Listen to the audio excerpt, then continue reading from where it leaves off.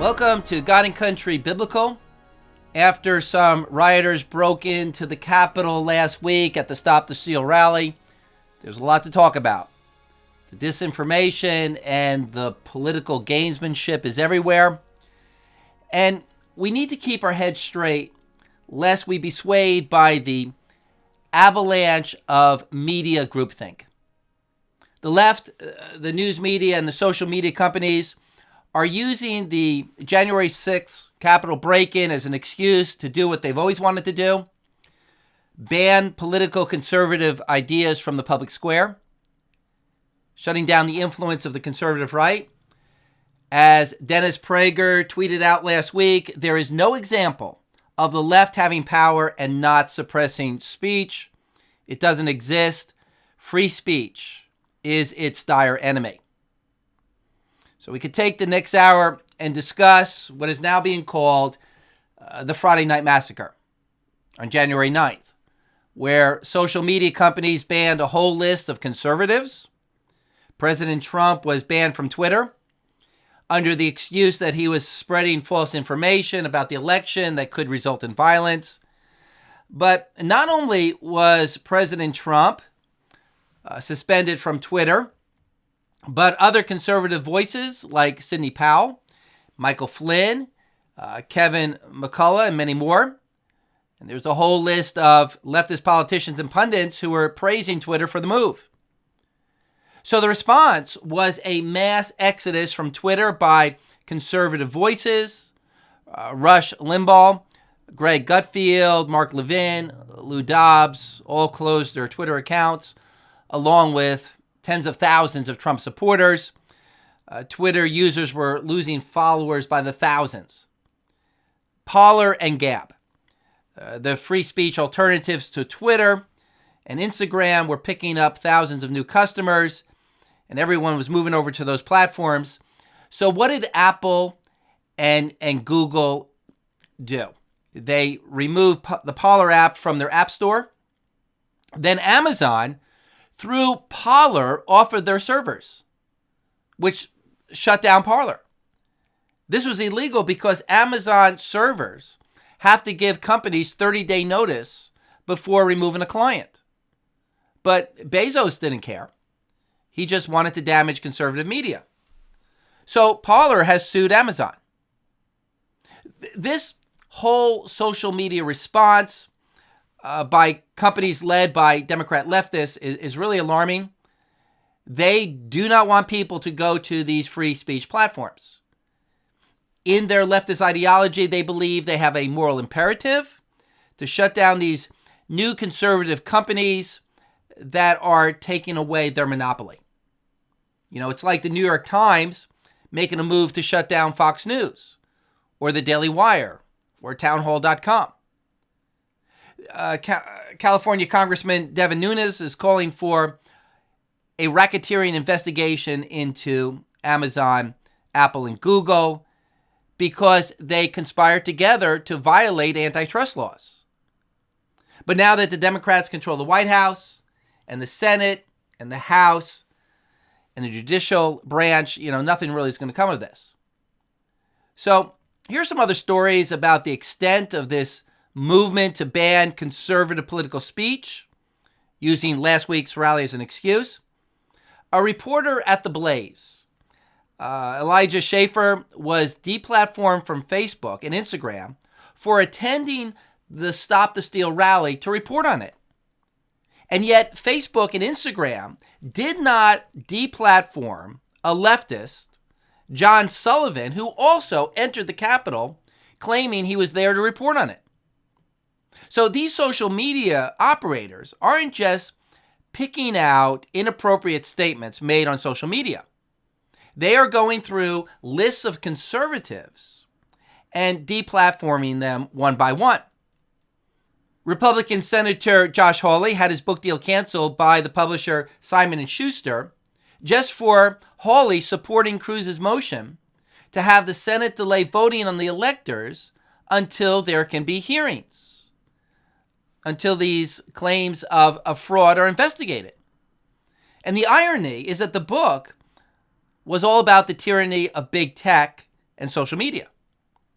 A public school teacher in Allentown, Pennsylvania was suspended for just attending the rally. Why? The school district officials say they need to investigate his involvement. So even local Democrats have no conception of basic American civil rights because they have this leftist mindset of control. The executive vice president of Cumulus Media, which hosts some conservative pundits, sent out an internal memo that stated, "We will not tolerate any suggestion that the election has not ended. The election has been resolved, and there is no alternative acceptable paths. If you transgress this policy, you can expect to be separated from the company immediately." So the narrative created by the left that Biden's win must be accepted as legitimate and there is no fraud must be voiced or else. Here's another indicator of the prevailing attitude among leftist Americans. Mitchell Baker, CEO of Mozilla, wrote that they plan to go beyond deplatforming in combating what they consider harmful speech, which is their definition of conservative speech and values. Well, this going beyond just deplatforming includes going after the advertisers of conservatives, using computer algorithms to target certain people and ideas, and to shadow ban conservatives.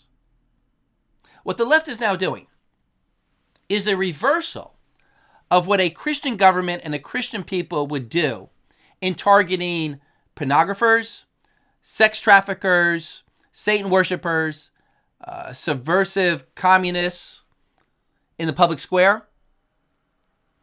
This is all being done because now good is being called evil and evil is being called good. Righteous censorship is now being turned into unrighteous censorship. And I hope we understand that there is a righteous and an unrighteous censorship. The standard is not relativism. You know, what we're experiencing, we knew was coming. This is the inevitable fruit of the banning of the Bible from public schools, from the courts, the result of a generation being raised on atheistic secular humanism. Human rights can only exist and be built upon a Christian foundation, a Christian worldview. They cannot be supported for very long on humanism. And a generation that will kill infants in abortion will eventually become totalitarian and communistic. This Grabian article says it well. The purge has begun. Where it stops, no one knows. Just days ahead of the inauguration of President-elect Joe Biden on January 20th, purges have begun in earnest.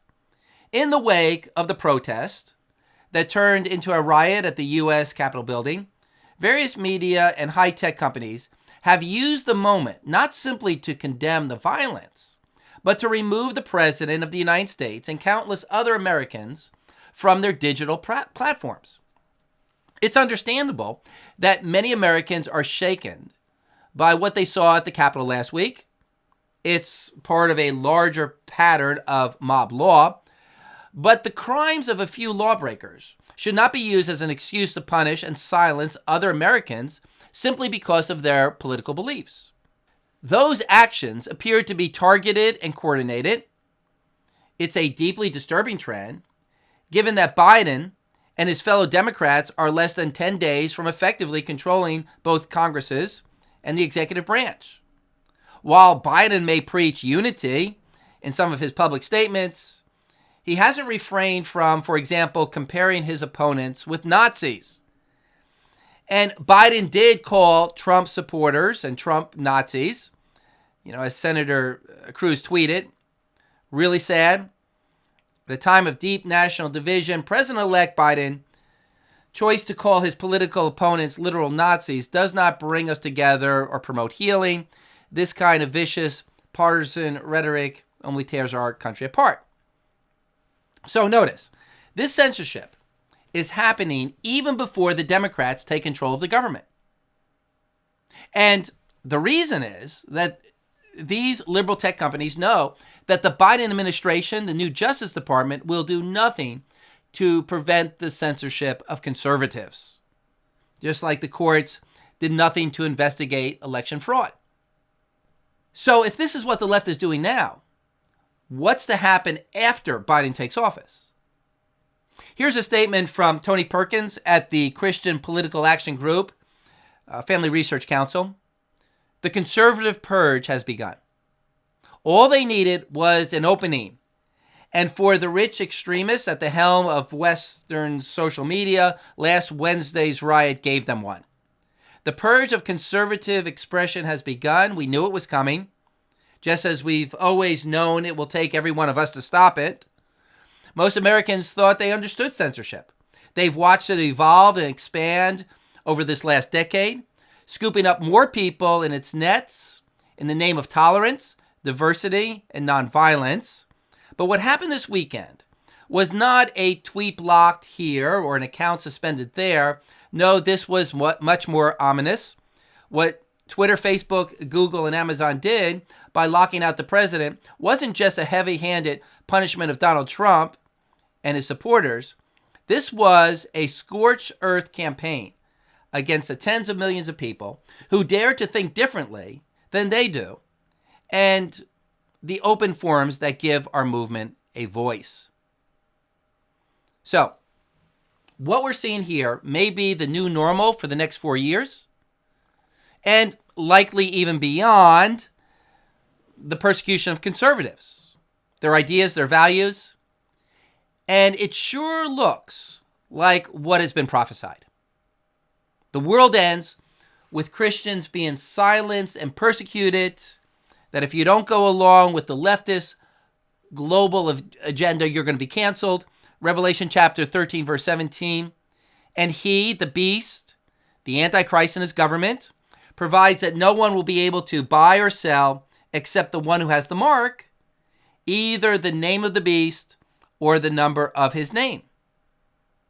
And you can be sure that this economic persecution will be preceded by a shutting down of all speech opposed to the New World Order. The ideological groundwork for the Antichrist agenda is most likely being laid in our generation. Those who oppose a leftist secular worldview, Sodom and Gomorrah morally and politically, will be called spreaders of disinformation, instigators of violence. You know, there is always an excuse to justify totalitarianism and persecution. The social leaders of this world will support the takedown of Christian political and moral values. Get ready for it. Realize how subtle it will be. And honor Christ by being willing to take a stand right now for the truth. Now, I suppose someone would say in all this, this is not the persecution of Christianity. This is simply the censoring of certain political speech. This is good people trying to stop violence. But no, this is where it starts. First, by persecuting the political application of Christian values, and then it quickly spreads to shutting down other Christian outlets, Christian periodicals, Christian colleges, churches. At some point, I need to do a program explaining how what is happening now is a sign of things to come. But for today, I want to back up and I want to discuss people's reaction to the January 6th Capitol break-in. The media is creating a certain narrative that is misrepresenting the event, and we need to understand this. Nancy Pelosi, Democrat Speaker of the House, was interviewed last Sunday in a 60 Minutes program. Leslie Stahl started the interview off with her own worldview by describing the Stop the Steal rally as a horrendous act of violence. And then she went on, for whatever reason, to claim as a fact the Russian collusion hoax.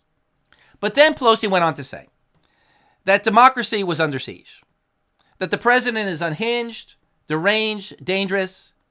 He has done something so serious that there should be prosecution against him, that he is under a delusion that he has won in a landslide. Quote from Pelosi, "I think it was universally accepted that what happened was a terrible, terrible violation of the Capitol, of the first branch of government, the legislative branch, by the President of the United States. And, quote, the evidence is now that it was a well-planned, organized group with leadership and guidance and direction," as if this was from Trump supporters.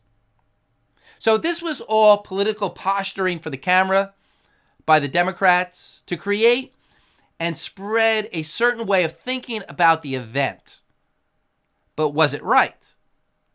When statues were being taken down by BLM and Antifa activists this last summer, Nancy Pelosi was captured on camera shrugging her shoulders, saying, "I don't care that much about statues." But when it is not her side making the protest, and the protests are against her party, then there's outrage. Then this is an attack upon democracy. In the words of Jesus, Luke chapter 7, "For John the Baptist has come eating no bread and drinking no wine, and you say he has a demon. The Son of Man has come eating and drinking, and you say, behold, a gluttonous man and a drunkard, a friend of tax collectors and sinners. Yet wisdom is vindicated by her children." There Jesus was pointing out the inconsistency and the double standard of the political leaders of his day. A double standard that would eventually be used to justify his crucifixion. In my YouTube last week, I included a collage of all the media outlets excusing the riots last summer as peaceful demonstrators for a good cause, that this was democracy in action. And again, remember the famous quote from CNN commentator Chris Cuomo, "Now too many see the protests as a problem. No, the problem was what forced your fellow citizens to take to the street. Persistent and poisonous inequities and injustice. And please show me where it is written that protests are supposed to be polite and peaceful." You know, isn't it amazing that in the providence of God in the 21st century, we have all of these statements caught on video, exposing the double standard of the ungodly? And this is all so that this generation, which might be actually be the last generation, can see the double standard and hypocrisy. But why isn't Cuomo's opinion now being applied to the protesters at the Capitol on January 6th? Because there is ideological bias. Because there are two different worldviews concerning what constitutes righteousness and justice. Therefore, a freedom fighter becomes a terrorist if he's not part of your party. Remember the words, I think it was of Mark Twain, or was it Will Rogers? There is nothing more base than those who wait to discover what party someone belongs to before they judge the goodness or the evil of their actions. Now, a typical response would be that the violence on both sides were horrendous. The riots last summer and the riots at the Capitol last week. Yes, but there are some factors that are conveniently being ignored by the media.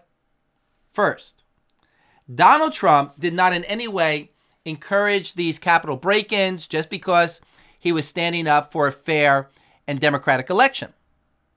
One has to have an a priori belief that the evidence of fraud in this election is one big hoax. Only then are the president's actions unjust. As Nancy Pelosi claimed, he is under the delusion he has won in a landslide. But if there was cheating in this election, then the president's challenging of the election and the people rallying around the president to stop this fraud would be the epitome of American patriotism. The January 6th Capitol event would go down in history as a 1776 event. And if the shoe was on the other foot and the Democrats lost, and there was all sorts of evidence of election fraud, you know that the Democrats and the media would be characterizing the Stop the Steal rally as true democracy, patriotism, the only way to save the nation. But the media has done such an extensive job of creating the narrative in the minds of the American people that there is nothing to see here in these claims of election fraud, that the American people are swayed to view the Capitol protests as a horrible, undemocratic event. But it all depends on one's prior knowledge and beliefs concerning the facts. The whole point in Ted Cruz's objection to the certifying of the electors was that Congress would first conduct some hearings in regard to evidence of election fraud to satisfy the questions of the American voters. And you would think Democrats would be all for that, because if the evidence was false, then this would be a great way for Democrats to further discredit the president and the political right. This would strengthen the legitimacy of Biden, and this would end much of this suspicion about election fraud. Why wouldn't the Democrats want this? Yet, they went and depicted Ted Cruz's request for an investigation as overturning the Constitution as delegitimizing democracy. From the LA Times, Ted Cruz and Josh Hawley are torching the Constitution to further their own presidential ambitions. 75 million Americans voted for Donald Trump, the largest number of presidential votes in the history of the United States, by at least 6 to 7 million. And do the Democrats expect to lead this country with 75 million Americans thinking that this election was stolen? That is political suicide for the Democrats. But they wouldn't allow the hearings. What are they afraid of? What news are they trying to bury? It's no wonder Americans were storming the Capitol. It could be said, and it has been said, that the Democrats started the riots by refusing to hold hearings given the fact that there are serious evidences of election fraud. Over 1,000 affidavits of fraud. Well, a second factor that must be considered in judging these Capitol riots and the break-in, it's now coming out that the break-ins were instigated by Antifa and leftist supporters. New York Post headlines, 2 known Antifa members posing as pro-Trump infiltrated Capitol riot. And pictures were taken of leftists in the Capitol building.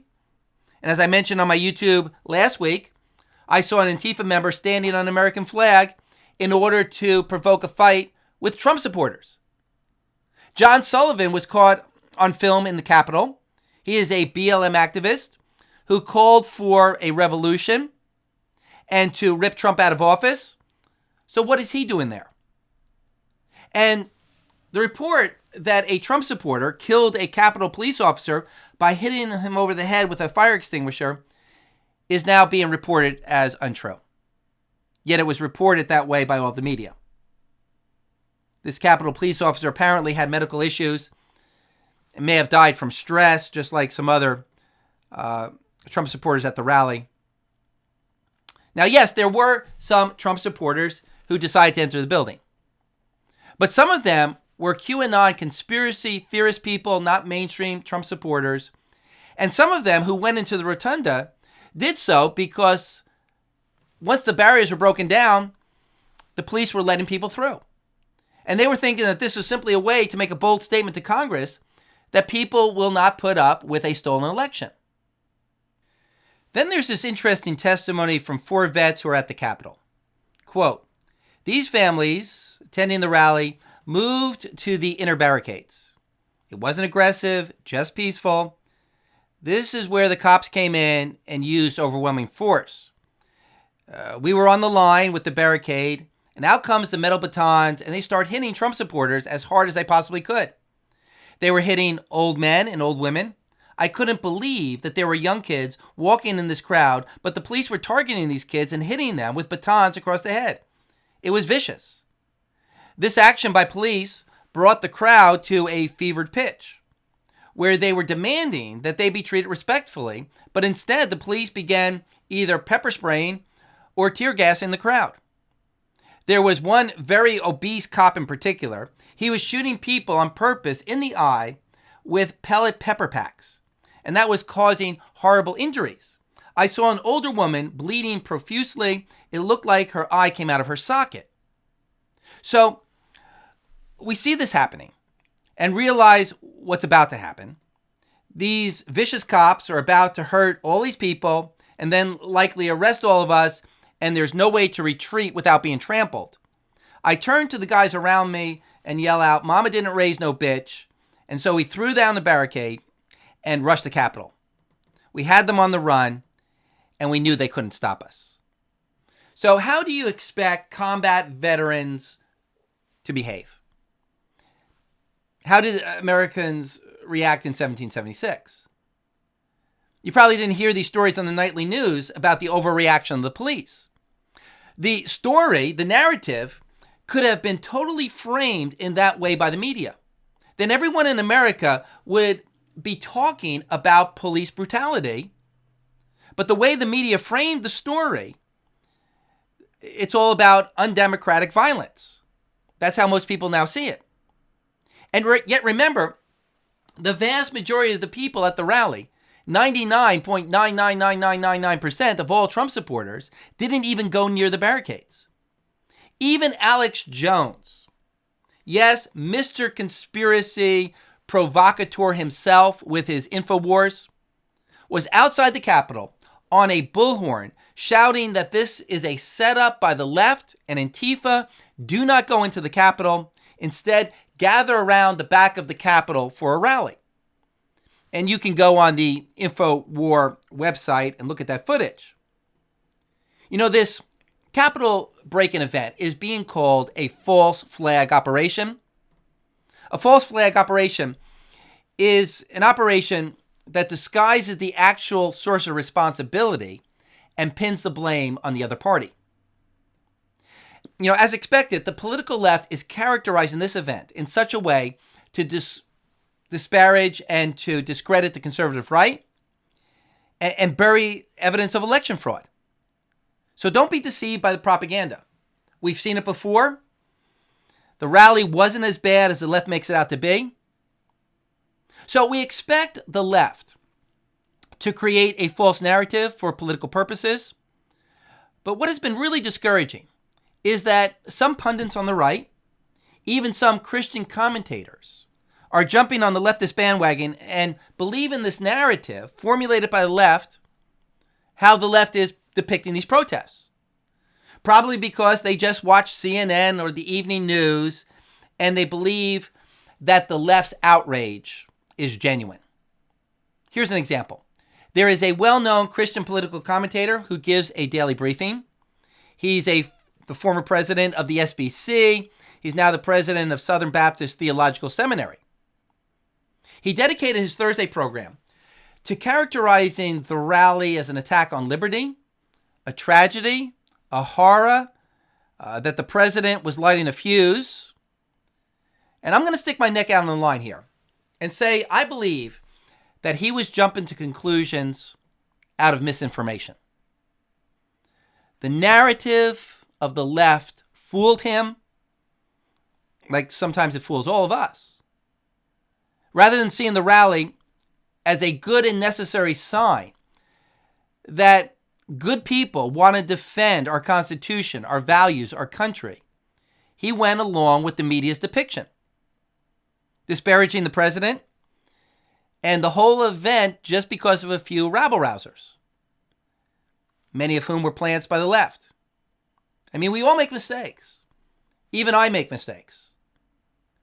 I'm just giving an alternative opinion based on everything I know. And besides, I was at the rally. This commentator wasn't. My goal for this week's YouTube is to provide for the Christian community a more correct way of viewing the rally on January the 6th, and to reject the false narrative of the media, the narrative that they're pounding into everyone every single day. Here are some quotes from this Christian commentator. which kind of shows that he's starting off with an ideological bias against the president. And a priori opinion that there was no fraud in the election. And that's why he makes the following statements. Quote, millions voted for Trump, but millions more voted for Biden. So there we see he doesn't believe that Democrat operatives fixed this election. Is he sure of that? He said that Trump incited the demonstrators to support his assertion that he actually won the election. Well, sure, that's the whole point of the rally. And there's nothing wrong with that if there was actual fraud. But Trump did not tell the people at the rally to do violence or to break into the Capitol, by implication or even by innuendo. Trump is right in saying that his speech was totally appropriate. So here's one president who knows how to stand up to the false depiction of the left. Most people would have caved to this fake outrage, but the president didn't. And this Christian commentator said that since Trump claimed he would never concede, that must mean he would not accept a loss no matter what. But it's kind of obvious that Trump was saying, like anyone else would say, he would not concede given the evidence of fraud. He never meant that he would never concede if the evidence proved otherwise. But if you have a bias, you hear what you want to hear. Then this commentator said that what he saw yesterday was an attack on liberty. How's that? Was 1776 and the violence there an attack on liberty? Was the Civil War an attack on liberty? Cannot an uprising ever support liberty? If you stand for liberty, then it would be the right thing to do to never concede if there was actual election fraud. If this election was actually stolen, then President Trump and his supporters will go down in history as American heroes for standing up and believing the evidence when everyone else was going along with political correctness and with peace over principle. And then this commentator claimed that since Trump was losing his defenders, this is what he had to do to intimidate Congress and to stop the constitutional process. That Trump sought to delegitimize the entire nation in the election process, that Trump was subverting the Constitution. And then this commentator made the broad brush claim that the problem was that Trump supporters weren't supporting Trump on the basis of principle, but on a cult of personality. And he said the proof of this was that supporters were waving flags with Trump's name on it. Come on, those are just the 2020 campaign banners. Anyone who has talked with Trump voters knows they weren't at the rally for Trump or his personality. They were there because it's a fact that the left cheats, that the left is pro-abortion, pro-LGBTQ, opposed to religious freedom, that they have an agenda to turn America into a communist state, because Washington, D.C. has become a corrupt swamp. Here's another example of Christian leaders going along with the left's depiction of the rally. On CBN, Christian Broadcasting Network, they interviewed the dean of Wheaton College and the executive director of the Billy Graham Center. He depicted the situation as Christians having fallen prey to conspiracy theories that has led to violence and death. The National Association of Evangelicals put out a statement. The protests demonstrated disturbing conflation of Christianity and a nationalist ideology that is far from the ways of Jesus. Yesterday's event, which included the erection of a noose, are another painful reminder of racism that plagues our country. The mob at the Capitol was provoked by leaders, including President Trump, who have employed lies and conspiracy theories for political gain. This is a complete misunderstanding of the rally, even the break-in. It wasn't about racism. It wasn't about political gain. It wasn't about lies and conspiracy theories. It was about preserving the Constitution and the American Republic. The leadership of the National Association of Evangelicals is interpreting the situation the same way as the Democrats. But this is not surprising because the NAE has been drifting toward the left theologically for quite a few years. So this is really a fascinating aspect of this event, how Christians are divided based on their different associations and influences. I'm giving my take on this. What do you think? And why do you think there are divided opinions on this? My gut feeling is that this is to be expected. There's always a group that doesn't wake up to the crisis until later. A group that doesn't believe in the corruption when it's first revealed. I heard an example the other day. I might have already shared this. But if you were living in the 1960s and you were told that the Roman Catholic Diocese in Boston was a cabal of homosexuals and they were abusing hundreds of little boys, would you have believed it? Back in the 1960s? Probably not. The claim would have sounded too far-fetched. Nobody would be doing such a thing, not even the Roman Catholic Church, even with all of their theological problems. But it was actually true. Naivety towards sin on the part of the general public has happened again and again in many events throughout history. So, among other reasons, one of the big reasons some Christian groups disparage the rally and Trump supporters is that they're naive. They're insulated in their own ivory towers. They don't believe that the Democrats are snakes who would cheat. Yet remember, these are the people that support the killing of babies in the womb. Do you realize who these people are?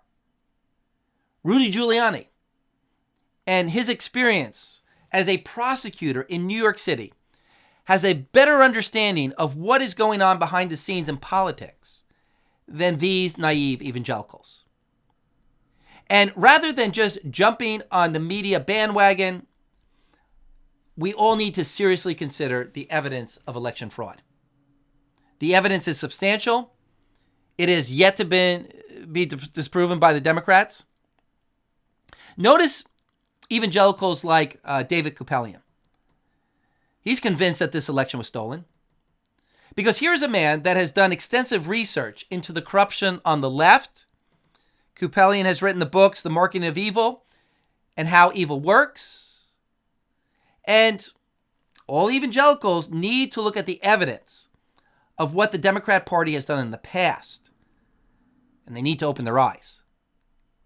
And when the evidence comes out that this election was stolen, these critics are going to have to eat crow. And I want to hear apologies from all of these Christian leaders and from these Republican leaders.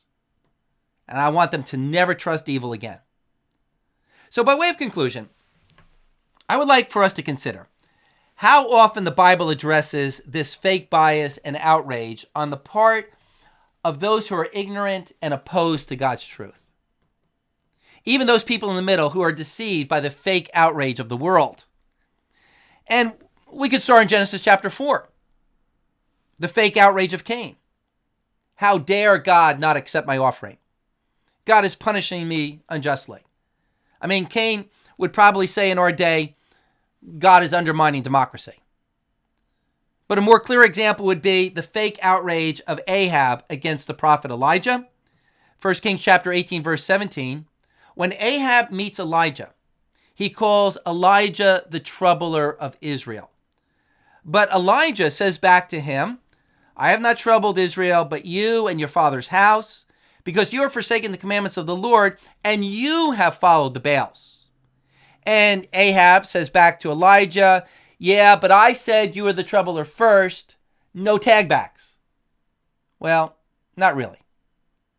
But notice the debate could only be settled by seeing who was following the law of God. Who was following the immorality of Baal versus who was following the morality of Jehovah God. And all the blame falls on the immoral party. There are many other Old Testament examples of fake outrage Remember the Jeremiah case? Jeremiah chapter 38. The leaders of the temple accused Jeremiah of discouraging the people and plotting to destroy Jerusalem. That Jeremiah's message was a horrible insurrectionist dog whistle, when in fact, Jeremiah by his counsel was seeking to save the nation. But the chief priest was sure Jeremiah was the problem. And so whatever Jeremiah said was to be blamed. Jeremiah was arrested and silenced. He lost his Twitter account.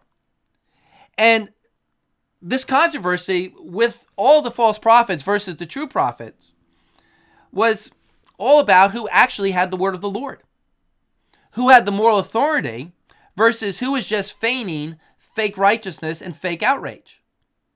In the book of Nehemiah, the liberals, the anti-Zionist crowd, were making the false claim that Nehemiah was trying to make himself a king. He was just in it for the power. He only wanted an office for himself. And Nehemiah responded, "Such things as you are saying have not been done, but you are inventing them in your own mind. You're just trying to frighten the people. And you're trying to delegitimize me. And this is what the ungodly do." Or how about Isaiah 29:16? Isaiah says to his opponents, "You turn things around." The ancient version of the modern, they put a spin on it. Now in the New Testament, we see the fake outrage of the Sanhedrin against Stephen. Stephen was telling them the truth about their corruption, and they became indignant. How dare this nobody, Stephen, criticize us? How dare you criticize the swamp? They saw Stephen as the problem, and they stoned him to death. In Acts chapter 14, verse 2. But the Jews who disbelieved stirred up the minds of the Gentiles and embittered them against the brethren. Notice how these unbelievers changed the narrative to paint the Christians as the troublemakers. Then in the city of Ephesus, the Christians and Christian truth was threatening those who had the money and the power. And so the ungodly created in the whole city fake outrage against the disciples and dragged them into the stadium, completely mischaracterizing the work of the Christians. Then remember when Paul visited Jerusalem. There was all sorts of fake outrage against Paul's evangelistic work. The people yelled. They stirred up the dust by beating their cloaks on the ground so that Paul could not be seen or heard. That was the ancient version of deplatforming and suspending your account. And then, of course, all of the fake outrage of the Sanhedrin against Christ. They accused Jesus of blasphemy. Matthew 26:65. Then the high priest tore his robes. Oh, he was seriously outraged. And said, "He has blasphemed. What further need do we have of a witness? Behold, you have now heard the blasphemy." So talk about fake bias outrage. So in our day, who has the fake outrage and who's speaking the truth? I'll let you answer that question. But I will say this. I am so thankful for the 200,000 to 300,000 people that showed up at that rally. Because if we ever get to the place that even the possibility of a fraudulent election doesn't stir the people up to take their grievance to Washington, we are in big trouble. The fact that so many people were willing to make the sacrifice, stand up for our Constitution, travel from California, Texas, Michigan, was just an encouraging sight. Back in Russia in 1917, when the communist Bolsheviks took over the government by intrigue, if they only had 300,000 patriots in Russia to rally against that move, history would be much different. I have an Armenian man in my church who shared with me that 2 years ago, the citizens of Armenia rose up against their corrupt prime minister with 11 days of protest, and he was forced out of office. It was mostly peaceful, but there was some minimal violence, tear gas, arrests. But these people saved their nation from tyranny. You don't want to ever get to a place where the people don't challenge the absolute authority of the state. Kings and politicians need to be reminded that their power is not absolute. The state is to be under God, and any law that does not agree with the law of God is no law at all. So in that sense, I believe the Stop the Steal rally was a good thing for our republic. The break-ins were not the essence of the rally. Our elected leaders needed to know that the people will not put up with election fraud. This rally was a shot over the bow. Don't believe the media spin that this rally was bad for America or bad for conservative Christians. I'm out of time. I wanted to add some history about Christian civil disobedience and when it's right to protest the government. The Christians in the Reformation thought they had their theology concerning civil disobedience all nailed down. And then the St. Bartholomew Day massacre took place in 1572 when the French government and the people started attacking and killing the Protestant French Huguenots. Then all of a sudden, opinions and theology about resisting government began to change. And it was by that resistance that the Protestants were able to overthrow the tyranny of the Holy Roman Empire. I'll just have to discuss all that in a future program. You know, what the Bible says about the Christian duty to fight corruption in government. But until then, keep the faith, stand firm, don't be conformed to this world, be outraged over the things that outrage God, and may Jesus Christ reign.